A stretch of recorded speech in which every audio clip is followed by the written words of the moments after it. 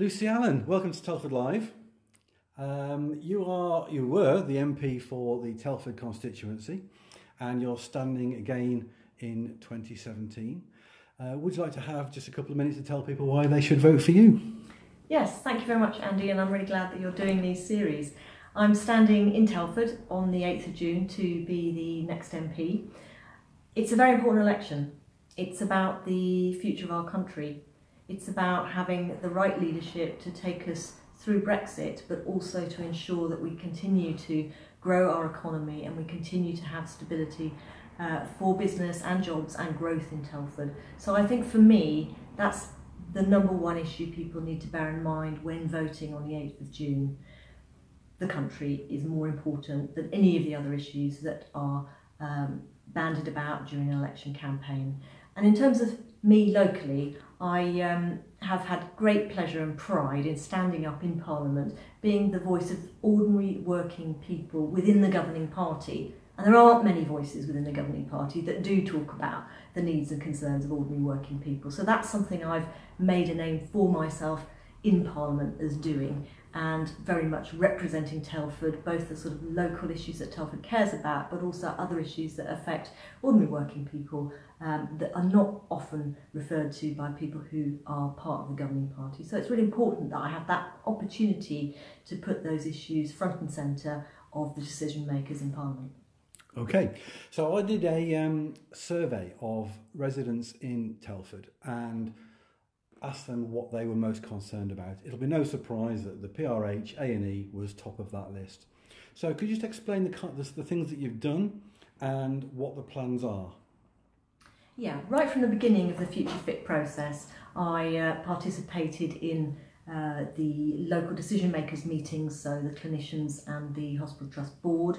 So that was a very regular ongoing process, working with other MPs on how the plans were unfolding. It was painfully slow, and I think everyone who's had anything to do with it is incredibly frustrated. And I have to say, if it had been a normal business, I think heads would have rolled by now, because we are in a position of complete confusion, I think, in terms of how my constituents have viewed the process. So back in January, I surveyed 10,000 households within Telford to just ask them what they were thinking, how they were receiving the information, where they felt we were at.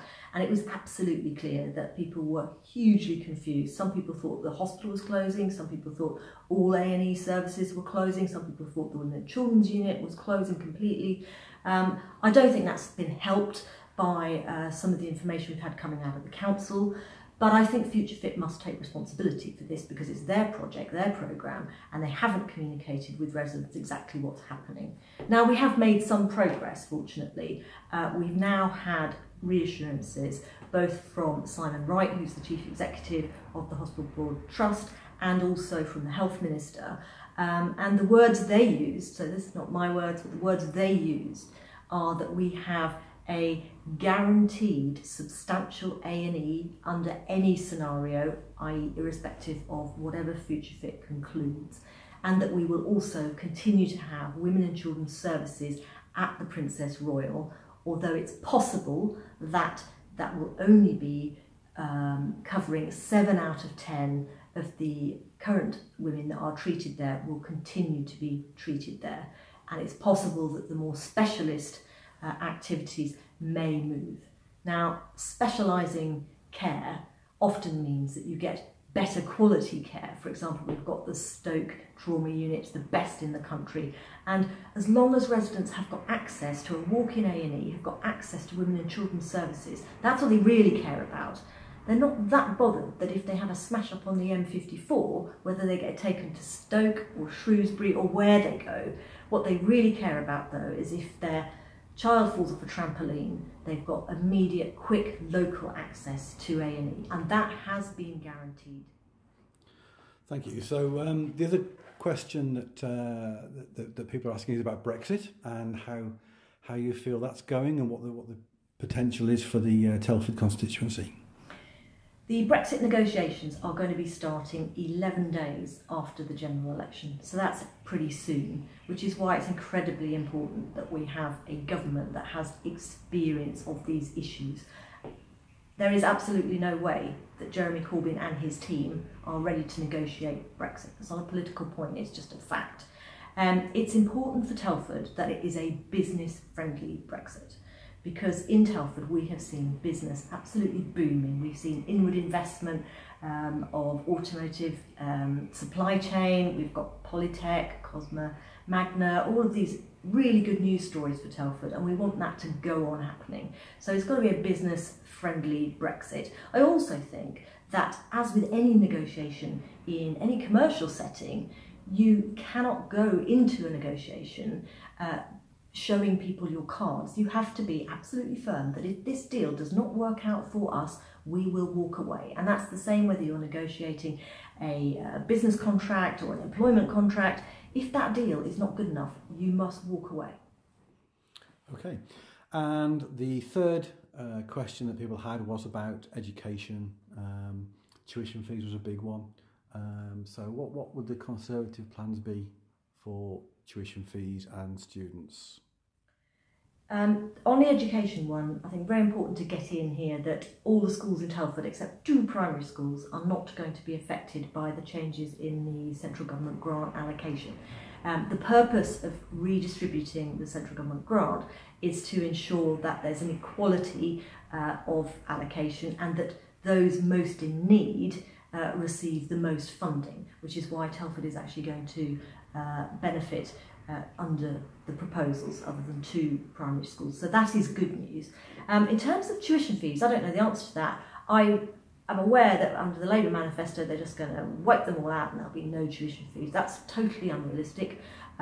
What I don't want to see is anybody being deterred from going to university who has the potential to make the most of that experience and to help them build their career and be supercharged for the future. So it's absolutely important that people from ordinary backgrounds, people from disadvantaged backgrounds with the talent and ability mustn't be deterred by this huge level of debt that they will then incur. So we've got to look, if we're genuinely serious about social mobility, and I believe Theresa May is, we've got to look very closely about incentivising people from backgrounds where debt is anathema, and making sure that they're not deterred from going to university because of that fear of debt.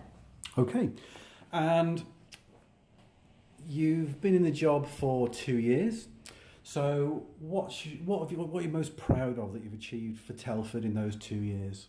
I've been in the job as MP for 2 years, and then 2 years before that I was very much an active campaigner in Telford full-time, which gave me a huge opportunity to understand the constituency, understand the needs and concerns. So when I went into Parliament, I knew that when I was talking about Telford and getting up and actually making sure that Telford was front and centre, I really was talking about the genuine needs and concerns of the people that I had met. And I think probably my proudest achievement is that I now have a reputation in Parliament for talking about ordinary working class people's needs and concerns.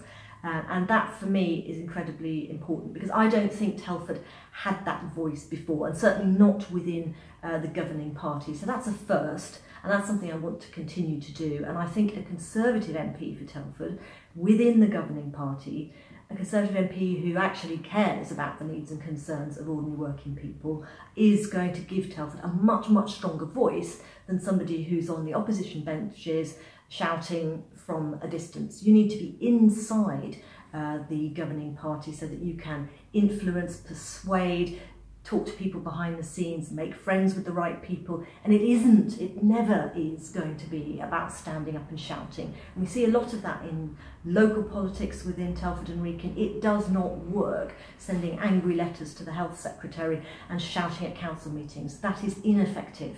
We do not want Telford to be represented in that way in Parliament. We want somebody who is actually going to be doing the conversations, the influencing, the negotiating, and making things happen for Telford behind the scenes. It is quite early days in terms of 2 years. These things do take longer than I would like. But what I'm very proud of is that I have established that reputation. Telford is very much in the minds of certainly important ministers like the Health Secretary, but also Theresa May, because when she was doing her pitch to become the leader of the Conservative Party last July, she got up and said, my policy agenda is going to be steered towards the people of Telford and another constituency, I think she added Bolton West. But I thought it was fantastic that she genuinely gets that that is the way the country needs to move. If we're going to have a majority Conservative government, we've got to be looking after the needs of the people of Telford. And she actually came out and said that. And if you look at some of the things that she said when she first stood on the steps of Downing Street, that is a message that really resonates with Telford.